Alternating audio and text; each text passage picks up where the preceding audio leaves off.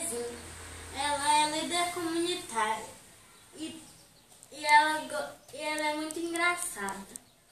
Tudo que eu pergunto que ela gosta, ela responde com uma graça só. Quer ver? Gosta de criança? E de futebol? E de Coca-Cola?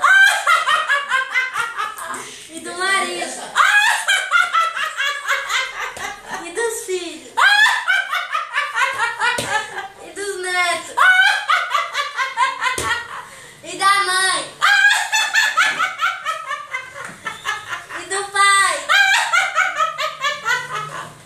E dos netos? E de comer? De dinheiro? De político? Trabalhar? Inflação? Dos políticos corruptos?